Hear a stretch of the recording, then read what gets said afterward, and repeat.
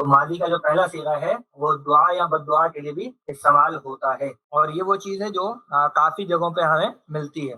مثلا ایک مشہور جو کلمہ ہم بولتے ہیں کسی کا شکریہ کہنے کے لیے، عربی میں وہ کیا ہوتا ہے؟ جی جزاک اللہ بولتے ہیں نا۔ تو یہ جو جزاک اللہ ہے، جزا جو ہے یہ ماضی کا پہلا صیغہ ہے، جزا ہے نا، جیم زا اور یا سے، باب ضربہ سے آتا ہے۔ تو اس کے معنی ہوتے ہیں بدلہ دینا، جزا دینا۔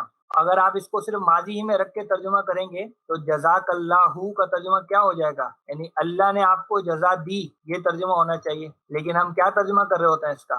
اللہ آپ کو جزا دے۔ اسی طریقے سے ایک اور چیز کی مثال آپ کو دیتا ہوں، وہ ہے درود شریف۔ یہ جو صلی ہے اور سلمہ ہے، یہ دونوں ماضی کے پہلے صیغے ہیں، لیکن ہم اس کو جو استعمال کرتے ہیں وہ دعا کے مفہوم میں ہوتا ہے، یعنی اللہ ان پر رحمت بھیجے اور ان پر سلام بھیجے۔ یہ ایک اور مثال ہے جو کہ ہم استعمال کرتے ہیں۔